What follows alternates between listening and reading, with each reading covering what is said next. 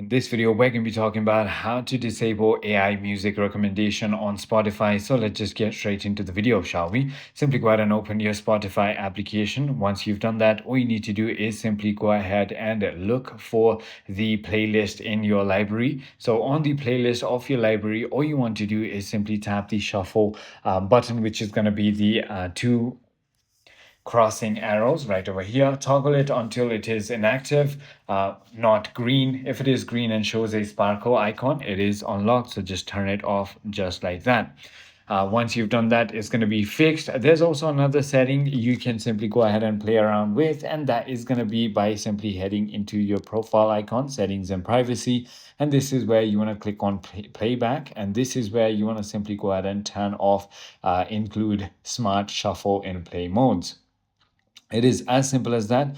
I hope this video clarifies everything for you. If you have further more queries, feel free to comment down below, and I'll see you on